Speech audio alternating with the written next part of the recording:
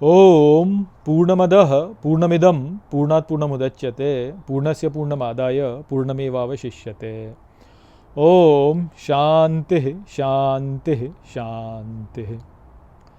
नमस्कार मित्रों, आज की वीडियो में हम बृहदारण्यक उपनिषद के दूसरे अध्याय के 5वें ब्राह्मण का जो 17वां मंत्र है उसका पाठ करेंगे। तो आइए देखते हैं कि ये मंत्र क्या कहता है। तो जो मंत्र है वह कहता है, इदं वै तन्मधु दध्यांग अथर्वणो अश्विभ्याम उवाच। अर्थात यहाँ ही उस मधु को दध्यांग अथर्वण ने अश्विन कुमारों से कहा। तदेतद ऋषि पश्यन अवोचत। अर्थात उस ऋषि ने यह देखकर कहा, अथर्वणाय अश्विना दधीचे अश्व्यम शिरः प्रत्यरयतम। अर्थात अथर्वण के लिए अश्विनों ने अश्व का सिर दधीच पर स्थापित किया। स वाम मधु प्रवोचद ऋत आयन त्वाष्ट्रम यदस्रो अपि कक्ष्यम वाम इति। अर्थात वह उन दोनों के द्वारा मधु को बोला ऋत के विषय में, त्वष्टा की संतान को भी जो दोनों अश्विनों के ही समान है, इस प्रकार। तो अब यहाँ पर भी वही बात जो है जो पिछले मंत्र में बताई जा रही थी, वही विषय यहाँ पे आगे चल रहा है। और यहाँ पर जो है अब कुछ और बातें यहाँ पे जोड़ दी गई हैं।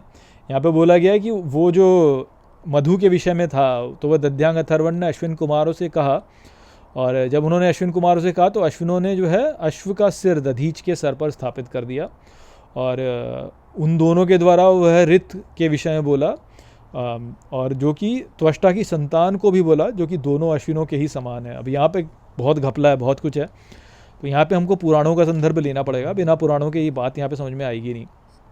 तो पुराणों में हमको कथाएं मिलती हैं इनको लेकर के। तो पुराणों में क्या कथाएं मिलती हैं हमको? पुराणों में कथाएं ऐसी मिलती हैं कि अश्व विद्या करके एक है, और वो अश्व विद्या जो थी वह अश्विन कुमारों ने दधीची ऋषि को दी थी।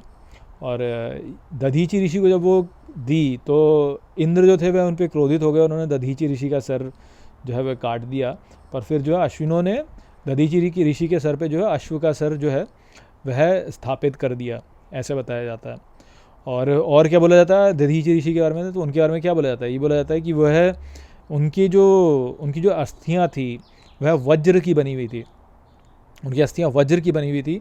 और जब इंद्र को वृत्र को पराजित करना था युद्ध में, तो उन्होंने दध्यांग ऋषि यानी दधीची ऋषि से ही को ही बोला कि आप अपनी देह त्याग कर दीजिए ताकि मैं आपकी अस्थियों का उपयोग कर सकूं, जिससे कि मैं वज्र को निर्माण कर सकूं। और फिर उस वज्र से उन्होंने जो है वृत्र से युद्ध किया और वृत्र को जो है युद्ध में पराजित किया। अब ये जो वृत्र है ये कौन है वास्तव में? तो वृत्र जो है यह त्वष्टा का ही पुत्र है वास्तव में। और ये कैसे उत्पन्न हुआ था? तो त्वष्टा जो है वो उन्होंने जो है एक यज्ञ किया था, और उस यज्ञ से जो है उन्होंने एक पुत्र को निर्मित किया था जो कि विश्वरूप था। और उस विश्वरूप जो पुत्र था उसकी हत्या जो है वह इंद्र ने कर दी थी। और जब इंद्र ने विश्वरूप की हत्या कर दी थी तो त्वष्टा को और क्रोध आया। और ये जो विश्वरूप है ये ज़रूरी नहीं है कि आप इसको पुरुष ही बोलें, ये स्त्री भी हो सकती है, क्योंकि यहाँ पे त्वाष्ट्र बोला है। और त्वाष्ट्र जो है कई बार उसको त्वष्टा की पुत्री भी बोलते हैं, और कई बार उसको जो है त्वष्टा का पुत्र बोलते हैं। तो जो भी है विश्वरूप को उत्पन्न किया, विश्वरूप की हत्या जो है वह इंद्र ने कर दी। और तब जो है त्वष्टा ने पुनः एक यज्ञ किया और उस यज्ञ से जो है वृत्र को उत्पन्न किया। और उस वृत्र की हत्या करने के लिए जो है फिर दध्यांग ऋषि से जो है इंद्र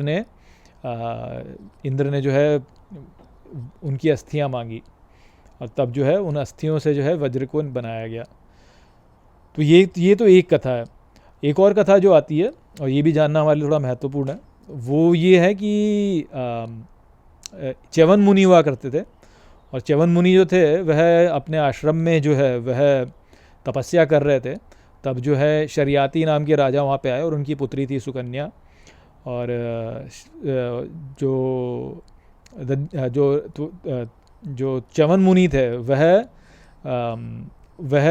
तपस्या में इतने लीन हो गए थे कि उनके ऊपर जो है जो दीमक है, दीमक का पर्वत हो गया था, और केवल उनकी आंखें जो थी जो कि बाहर दिख रही थी। तो सुकन्या ने जो है कौतूहल में ही जो है आंखें भी नहीं बोला वास्तव में, वहाँ बोला कि 2 ज्योतियाँ निकल रही थी, जो 2 ज्योतियाँ दिख रही थी। लोग आंखें उसको जो है उसका अनुवाद आंखें कर देते हैं, परंतु बोला जो गया है वो है 2 ज्योतियाँ दिख रही थी। और जो सुकन्या थी उन्होंने उन 2 ज्योतियों में जो है एक क्या कहते हैं, शर से, कांटे से जो है, कांटे से उनको छेद दिया। तो उनमें से जो है रक्त की 2 धाराएं बाहर निकली। और जब वो निकली तो शरियाती जो राजा थे उन पर प्रकोप पड़ गया। उनके जितने भी जो उनके सैनिक थे उनका जो है मल त्याग जो है वो रुक गया, मल त्याग रुक गया उनका। और जब मल त्याग रुका तो उनको समझ में आ गया कि कुछ गड़बड़ हुई है। तब सुकन्या ने बोला कि मैंने जो है वो 2 ज्योतियों को में जो है मैंने कांटा चुभो दिया था, तो इस कारण से ऐसा हुआ है। तब जो है जो च्यवन मुनि थे उनसे जो है शरियाती ने अपनी पुत्री सुकन्या का विवाह उनसे कर दिया। अब ये जो च्यवन मुनि थे ये बहुत ही दुर्बल और वृद्धावस्था में थे, और ये वृद्धावस्था में थे, पर उन्होंने जो है फिर भी जो है पूजन किया, उनका योग बल बहुत अधिक था। तो उन्होंने अश्विन कुमारों को जो है बुलाया और उनसे बोला कि मुझे यौवन प्रदान कीजिए। कई कथाओं में ऐसे बोला था, कई कथाओं में बोला था कि जो सुकन्या थी उसकी तपस्या से जो अश्विन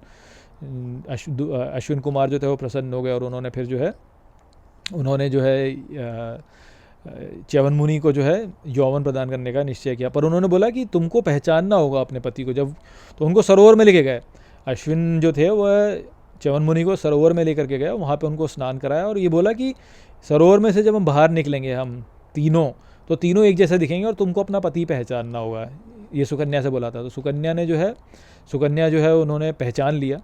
तो उन्होंने कैसे पहचाना कि दोनों ओर जो थे, दोनों अश्विन कुमार थे और बीच में जो थे बीच में च्यवन मुनि आ रहे थे। तो तब उन्होंने पहचान लिया कि मेरा जो पति है वो, मेरे पति जो है वो बीच वाले हैं। तो बीच वाले से उन्होंने जब पति को पहचान लिया तो फिर वो उनको च्यवन मुनि को जो है उनको चिर यौवन प्राप्त हो गया और वह फिर सुख से रहने लगे। तो ये भी एक कथा आती है अश्विन कुमारों को लेकर के। तो इन कथाओं से हमको समझ में आता है कि बात क्या है। तो पहली बात तो ये समझिए, देखिए कि अश्विन कुमार, मैंने आपको कल के वीडियो में बताया था कि अश्विन कुमार जो है वो इड़ा और पिंगला नारी भी दर्शाते हैं, और वह नर और नारायण भी दर्शाते हैं। और देखिए जैसे कई बार परमात्मा को जो है पति और जीवात्मा को पत्नी के रूप में दिखाया जाता है, पत्नी के रूप में दिखाया। तो इड़ा जो है वह पत्नी जो स्त्री रूप है, और परमात्मा जो होता है वो पुरुष रूप होते हैं, तो वो भी एक बार दिखाया जाता है। तो अश्विन कुमार उस प्रकार से हैं। उनमें जो अश्विन कुमार उनमें से एक को नासत्य बोला गया, दूसरे को दस्र बोला गया। अब दस्र जो है वह दक्ष भी हो जाता है, से भी थोड़ा समझ में आता है। और दक्षिण भाग जो है वो क्या माना जाता है, जो कि हमारा दायां भाग है, दस्र दायां दक्षिण। तो दायां जो है वह तो पुरुष है, और जो नासत्य है जो वो दूसरा भाग हो गया लेफ्ट साइड, जो कि जीव हो गया। या नर और नारायण में नारायण जो है वो तो राइट हो गए और नर जो है वो लेफ्ट हो गए। या जैसे देवी और जो शिव और शक्ति है, तो शिव राइट हैं और शक्ति लेफ्ट है, वाम और दक्षिण। तो इस प्रकार से यहाँ पे जो है दोनों अश्विन कुमार हैं। तो देखिए जब च्यवन मुनि के दोनों ज्योतियाँ दिख रही, तो ज्योनियों को जब उन्होंने शर से पोख किया, जो कांटा होता है उसको शर भी कहते हैं, शर। तो शरियाती बोला ना यहाँ पे, शरियाती की पुत्री थी, तो शर कांटा भी होता है। और कांटा क्या है, अभी कल के वीडियो में मैंने बताया ना आपको कि जो सुषुम्ना नाड़ी है वह एक कांटे के रूप में है, वह एक शर है, वो सीधा एक लाइन जाती है। जैसे दंश बोला है, दंश जो होता है दांत भी होता है। दांत क्या होता है, कांटे के रूप में दांत होता है ना। जो सांप का जो दांत होता है वो कांटे के रूप में ही होता है। सांप को आप देखिए कैसे होता है, सांप के 2 फैंग्स ऐसे जाते हैं और बीच में से उसकी जीभ आती है ना। तो 2 जो हैं ये क्या है, ये 2 फैंग्स जो हैं ये क्या है, इड़ा और पिंगला नाड़ी हो गए, और बीच में से जो उसकी जीभ आ रही है, सांप की जो जीभ बीच में से आ रही है, वह क्या होगी, वह सुषुम्ना नाड़ी है। अब देखिए सांप जब काटता है दोनों से तो जहर देता है। और जो कथा है महाभारत में, जो कथा आती है गरुड़ की और सांपों की, गरुड़ की और सर्प की, तो उसमें क्या आती है कि सांपों ने क्या किया कि जो कुश घास है उसको चाटने का उन्होंने ट्राई किया। तो उन्होंने सोचा कि यार जब इंद्र जो थे वो उनसे, कथा क्या है कि जब गरुड़ को जब अमृत प्राप्त हो गया तो गरुड़ ने वो अमृत जो है वह सांपों को दिया, और अपना जो उसने वादा किया था, जो उसका था, जो निश्चय था, उसने पूरा किया। अपनी माता को उसने जो है दास्ता से छुड़ा लिया। परंतु इंद्र से उनका पहले से ही जो है बात हो रखी थी कि मैं इस अमृत को सर्पों से, नागों से चुरा लूँगा। तो गरुड़ ने सांपों को बोला कि अमृत पान करने से पहले स्नान करके आ जाओ। तो वो स्नान करने गए। जब वो स्नान करने गए तब इंद्र जो है उसने अमृत चुरा लिया। तो दूर्व जो घास होती है, जो कुश घास है, उसके ऊपर थोड़ा सा उसके ऊपर ही अमृत को रखा गया था। तो सांपों को लगा कि इस घास में थोड़ा सा अमृत शेष रह गया होगा, तो उन्होंने उसको चाटने का प्रयास किया, परंतु वो इतनी शार्प थी कि उनकी जीभ बीच में से कट गई। तो सांप की जो जीभ है, यदि वो न कटे तो अमृत है, परंतु क्योंकि वो कट गई इस कारण से उसमें विष है। तो ये रूपक है यहाँ पे, ये जो है जिसको कहेंगे रहस्य है यहाँ पे। ये जो दंश है, दंश वास्तव में क्या है कि वो दो फैंग्स जो है वो तो है ईड़ा पिंगला। यदि ईड़ा और पिंगला में हो तो विष में हो, सुषुम्ना में गए, बीच वाली में गए तो अमृत में हो वास्तव में। तो वो अमृत है, वहाँ से मधु टपकता है। तो शर जो है, जिस शर से उन्होंने उन दोनों आँखों को पोख किया, वो शर भी, वो जो शर है, ये शरियाती, शरियाती का अर्थ क्या होता है? शरियाती अर्थात जो कि शर अर्थात कांटा, याति अर्थात जाना, तो जो कांटे में से जाता है, अर्थात जो कि सुषुम्ना नाड़ी में से ट्रैवल करता है, वह शरियाती है। तो शरियाती की कन्या सुकन्या थी, उसने शर से जब उनकी दोनों आँखें फोड़ दी तो उनसे जो है रक्त की धारा बही, अर्थात ये ईड़ा और पिंगला नाड़ियाँ आई। तो वो बूढ़े थे तब, परंतु अश्विन कुमारों ने उनको ठीक कर दिया, अश्विन कुमारों ने उनको यंग बना दिया। तो जब वो बाहर आए तो वो तीन के रूप में आए। तो ये अश्विन कुमार, दोनों अश्विन कुमार हैं ये, और यहाँ बीच में थे च्यवन। अब च्यवन का अर्थ क्या होता है? च्यवन जो शब्द आता है वो कहाँ से आता है? च्युत से आता है। च्युत, भगवान क्या है? भगवान है अच्युत, तो जो चूकता नहीं है। च्युत जो शब्द है वो चूकने से है, तो भगवान है अच्युत, अर्थात ये तीन है, राइट। तीन में सेंटर में मारोगे तो अच्युत है ना, अच्युत है ये, कि ये चूकना नहीं है। तीन है, इन तीनों में से तीन में मारना है, तो इसमें मारोगे तो अच्युत है ये, और ये दोनों च्युत हैं वास्तव में, क्योंकि यहाँ मारोगे तो भी अच्युत जाओगे, यहाँ मारोगे तो भी च्युत हो जाओगे, चूक जाओगे। इन दोनों में मारोगे तो चूक जाओगे, इसमें मारोगे तो आपने जो है अपना निशाना मार दिया। तो ये अच्युत है और ये दोनों च्युत हैं। तो जब अश्विन कुमारों ने उनको ठीक किया तो ये दोनों, तो इन्होंने जो है च्यवन को अच्युत बना दिया, अच्यवन बना दिया है, कह सकते हैं आप। तो उन्होंने उनको जो है चिर यौवनता प्रदान कर दी। तो वो वहाँ पे उसकी कथा है। तो ये सारी कथाएं मिलकर क्या बता रही हैं कि अमृत का स्रोत कहाँ है? अमृत का स्रोत जो है वो दोनों नाड़ियों के बीच में जो पिंगला और सुषुम्ना, पिंगला और ईड़ा नाड़ी के बीच में जो सुषुम्ना नाड़ी है उसमें अमृत है, वहाँ अमृत टपकता है, वहाँ अमृत टपकता है। तो ये यहाँ पे बात है, ये ही यहाँ पे बात बताई जा रही है, जो पुराणों के हिसाब से जो हमको बात समझ में आती है। तो दध्यांग, अब ये जो बात आगे बताई गई ये क्या है कि उन रित को बोला, रित को जो है, अब देखिए रित क्या है? रित को घृत और रित एक ही जैसी साउंड आती है ना, तो घी जो है वह ही रित का रूपक है। तो वो जो अमृत है, वह घी जो है वह भी अमृत है, वह भी अमृत का ही स्वरूप है वास्तव में। क्योंकि घी, मैंने आपको पहले बताया, घी जो होता है, यदि आप घी बना दें, घी खराब नहीं होता, पर आप उसको आप मक्खन को रूम टेम्परेचर पर रखिए, थोड़े समय में सड़ के ख़राब हो जाएगा, परंतु घी को आप रूम टेम्परेचर रखिए, नहीं ख़राब होगा। या जैसे कीड़े भी होते हैं ना, घी पे कभी कोई कीड़ा लगता नहीं है, कोई कीड़ा कभी घी पे नहीं लगता है, मक्खन पे लग जाएगा। मक्खी जो है वह मक्खन में बैठती है, घी पे बैठती है या नहीं बैठती घी पे? क्योंकि घी बहुत शुद्ध है। मक्खन आप रख देंगे बाहर तो मक्खी बैठेगी, घी रख देंगे नहीं बैठेगी, क्योंकि घी जो है वो शुद्ध है बहुत, क्यों? अमृत है वो अमृत का ही स्वरूप है। तो घी जो है वह अमृत है। तो यहाँ पे जो रित बोला है वह रित भी विषय अमृत ही है। कैसे? कि जब हम रित के साथ में होंगे, जब हम धर्म के साथ में होंगे, जब हम रित के साथ में होंगे तो हम मरेंगे नहीं, हम क्षय नहीं होंगे। और यदि हम रित से परे चले गए, उल्टे चले गए, तो हम क्षय हो जाएंगे। अब रित और राइट जो है वो एक ही शब्द है। और देखिए जैसे गणपति बप्पा हैं, गणपति बप्पा की आप देखिए कि उनके जो दांत हैं उनमें से उनका लेफ्ट जो है, उनका लेफ्ट दांत जो है वो परशुराम जी ने जब फरसा लगाया तो उससे उनका लेफ्ट दांत कट गया, पर उनका राइट दांत तब भी रहा। तो क्या वो अमरता है वास्तव में? तो वो भी अमरता ही है। तो यहाँ पे रित जो है वो उस प्रकार से होता है। ये सारे रूपक होते हैं, बहुत ही सटल लेवल पे पहेलियाँ होती हैं, इन पहेलियों को बुझाना होता है समझने के लिए। तो वो वाली बात यहाँ पे बताई गई है। तो यहाँ पे बोला गया कि उन्होंने जो है त्वष्टा की संतान को भी वो बताया है जो कि अश्विनों के ही समान है। तो त्वष्टा की संतान क्या है? विश्वरूप। विश्वरूप जो है वो त्वष्टा की संतान है। तो विश्वरूप जो है उसको वैसे तो इंद्र ने मारा, परंतु वो वाली बात है नहीं वास्तव में, क्योंकि ये विश्व जो है ये पुनः प्रकट होता रहता है, पुनः प्रकट होता रहता है, पुनः प्रकट होता रहता है वास्तव में। तो उस प्रकार से जो है ये विश्वरूप वास्तव में कौन है? देखिए, भगवान कृष्ण ने अपना विश्वरूप जो है वो अर्जुन को दिखाया था ना। तो विश्वरूप जो है वो है, वो मरता नहीं है वास्तव में कभी भी। वो यज्ञ देता है, वो बलिदान देता है, वो चलता रहता है और नष्ट नहीं होता है वो। तो और त्वष्टा कौन है? जिन्होंने इस संसार को निर्मित किया। तो ये संसार जो है, ये संसार वास्तव में वैसे देखा जाए तो जब हम संसार के सम्मुख होते हैं तो वो हमारे लिए विश्व हो जाता है, परंतु संसार जो है वो बनाया ही इसलिए गया है कि हम इससे विमुख होकर अपने वास्तविक स्वरूप को प्राप्त करें। तो इस प्रकार से वह अमरता प्रदान करने वाला ही है हमको। ये गुरु ही है वास्तव में हमारे लिए विश्वरूप। तो इसलिए जो है यहाँ पे वो बोला गया। और जैसे अश्विनों ने जो है च्यवन मुनि को, जो कि च्युत हो रहे थे, उनको अच्युत बना दिया, ठीक इसी प्रकार से ये जो संसार है ये हम जब इसमें बार बार चूकते हैं तो अंततः हम अच्युत को प्राप्त कर लेते हैं। ये विश्व जो है हमको अंततः पुनः हमारे को भगवान के पास ही लेकर के जाएगा, हमारे वास्तविक स्वरूप की ओर लेकर के ही जाएगा। तो जिस प्रकार से अश्विनों ने जो है च्यवन मुनि को अच्युत बनाया, ठीक उसी प्रकार से ये जो विश्वरूप है ये हम सबको जो है आत्मबोध कराता है।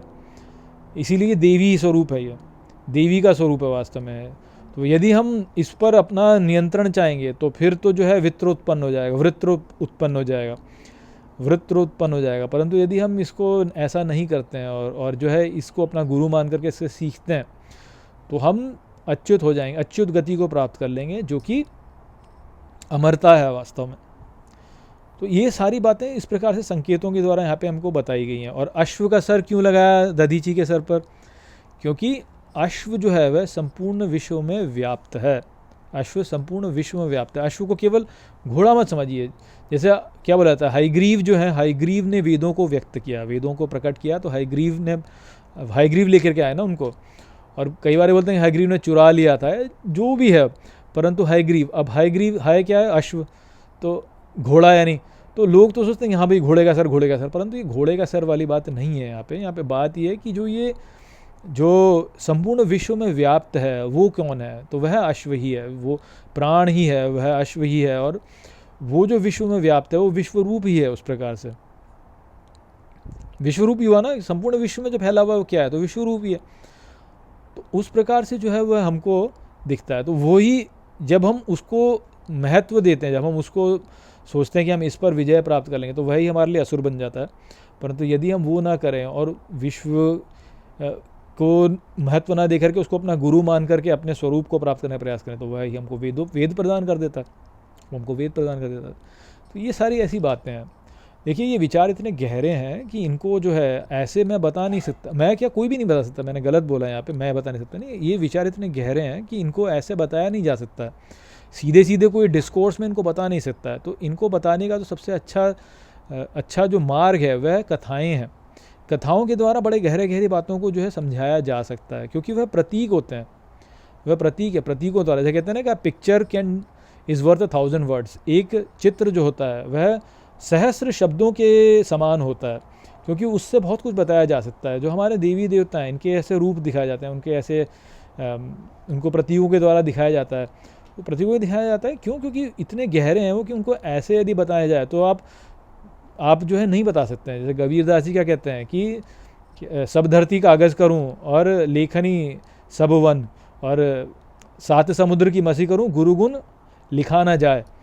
कि आप पूरी पृथ्वी को जो है आप जो है कागज़ बना लीजिए, समस्त लकड़ी जो है उसको आप जो है पेन बना लीजिए, और समस्त समुद्र जो है उसको आप इंक बना लीजिए और लिखने का ट्राई करिए कि भगवान के गुण लिखूं, तो भी लिख नहीं पाएंगे, आप लिख नहीं सकते, संभव ही नहीं है। तो इसलिए इनको बताने का जो सुलभ मार्ग होता है वह ये जो रूपक हैं ये होते हैं। और ये रूपक ऐसे समझ में नहीं आते हैं। भगवान ये बहुत बड़ी कृपा चाहिए तब समझ में आते हैं। ये रूपक तब समझ में आते हैं जब भगवान की बहुत बड़ी कृपा होती है आपके ऊपर। हर किसी के लिए नहीं बताया जाता है, ये हर किसी को नहीं बताने वाली चीज़ है ये। ना तो लोगों की समझ में आएगी और ना ही लोग समझ सकते हैं इनको तो वही समझ सकता है जिस पर भगवान की कृपा होती है। तो उस कृपा से जो है इन बातों को आप समझ पाते हो। ये संपूर्ण विश्व हमको हर जगह पे, हर स्थान पर हमको संकेत दे रहा है कि जान लो कि तुम कौन हो, परंतु हमको वो दिखता ही नहीं। और सामने होता है, बार हमारे सामने होते हैं सारे संकेत, ये सारे संकेत सामने फिर भी नहीं दिखाई देते, क्यों? क्योंकि भगवान की कृपा नहीं हो रही है। तो भगवान की जब कृपा होती है तो ये बातें समझ में आती हैं, ये बातें आपकी समझ में आने लगती हैं। तो ये रूपक बहुत गहरे हैं और बहुत गहरे इनके प्रतीक होते हैं। जैसे हनुमान जी का क्या प्रतीक है, गणपति बप्पा जो है उनका गज का ही मुख क्यों है, जो गणपति बप्पा उनका गज का ही मुख क्यों है, भगवान शिव जो है त्रिशूल क्यों धारण करते हैं, ये सारी बातें, वो नंदी पर ही क्यों बैठते हैं, चंद्रमा कैसे, क्या रूपक है, तो ये सारी बातें जो है नहीं आती है समझ में। और वेदों को आप पढ़ें तो आपको कुछ समझ में नहीं आएगा, लोग उसके उल्टे सुल्टे पता नहीं क्या क्या मीनिंग्स निकालते हैं। दस्यु जो थे वो एक ट्राइब थी, ध्रुव जो थे वो एक ट्राइब थी, ये लोग ऐसे फाइट किया करते थे, गाय चुरा ली जाती थी, गायों को ऐसे करके चुरा लेते थे। इंद्र जो है गायों को चुरा लेता था, अश्वमेध यज्ञ हुआ उसमें उसका अश्व चुरा लिया, घोड़े की बलि दे दी। तो ये सब कुछ होता है, ये इनके कितने गहरे अर्थ हैं ये हमको पता ही नहीं है। मैंने यहाँ पर आपको जितना बताया है इससे और पता नहीं कितने गहरे होंगे इनके अर्थ, क्योंकि हमको पता ही नहीं है और हम समझ भी नहीं सकते हैं। क्योंकि जैसे बोला जाता है ना कि भगवान को तो क्या जान सकते हो, हनुमान जी के लिए क्या बोला जाता है कि जम कुबेर दिखपाल जहाँ ते, कभी कोविद कहीं सके कहाँ ते, नारद सारद सहित अहिसा। तो नारद मुनि हो गए, देवी सरस्वती हो गई, दिक्पाल हो गए, ये नहीं समझ सकते। जब ये नहीं समझ सकते हनुमान जी को पूरी तरह से, तो हम तो क्या समझ पाएंगे इनको। तो बहुत गहरे गहरे अर्थ होते हैं, इनको नहीं हम ऐसे समझ सकते हैं, परंतु जितना हम अनुमान लगा के थोड़ा समझने का प्रयास कर सकते हैं उतना समझ सकते हैं, तो उतने का हम यहाँ पे कर लेते हैं। भगवान की कृपा होती है तो समझ में आती है बातें, बात समझ में आती हैं, तो फिर उससे जो है हमें उल्टा और पता चलता है कि हम कितना नहीं जानते हैं। तो इसलिए व्यक्ति को सदा एकदम शालीन रहना चाहिए, हम्बल रहना चाहिए कि भाई नहीं पता है हमको। लोग कैसी बातें कर देते हैं और उनको पता ही नहीं है कि वो कितने बड़े बड़े अपराध कर रहे हैं। कोई मुसलमान हिंदू धर्म की बुराई करेगा, कोई हिंदू मुसलमान धर्म की बुराई करे। भाई जब तुमको पता नहीं है कितना गहरा उनका मीनिंग जाता है तो मत करो ये, तुम इतना बहुत बड़ा पाप कर रहे हो इस प्रकार से, क्योंकि तुमको नहीं पता है, अभी तुमको कुछ पता ही नहीं है और तुम बोलोगे नहीं जी ये ऐसे है और वो वैसे है, तो ऐसा मत करो। अब दूसरा करता है तो वो उसकी समस्या है, वह पाप कर रहा है, हम क्यों करें पाप, हमें नहीं पाप करना है। तो शालीन रहिए सभी धर्म ग्रंथों को जो है जब तक आप इन धर्म ग्रंथों को जो है सम्मान नहीं देंगे, जब तक आपकी उनमें श्रद्धा नहीं होगी, तब तक कुछ समझ में नहीं आएगा। तो श्रद्धा रख करके आप सभी धर्म ग्रंथों को पढ़िए, सब में आपको मिल जाएगा। सभी धर्म ग्रंथों में आपको कुछ ना कुछ सीखने को मिल जाएगा, फिर कोई सा भी हो वो ग्रंथ, कोई सा भी ग्रंथ हो। तो इसलिए वो महत्वपूर्ण होता है। चलिए बात बहुत आगे निकल रही है, वीडियो भी बहुत लंबा खींच गया है, तो चलिए यहीं पे इस वीडियो को अब हम समाप्त करते हैं। आशा करता हूँ कि ये मंत्र आपको ठीक तरह से समझ में आ गया होगा। चलिए इसी के साथ हम वीडियो समाप्त करते हैं। नमस्ते।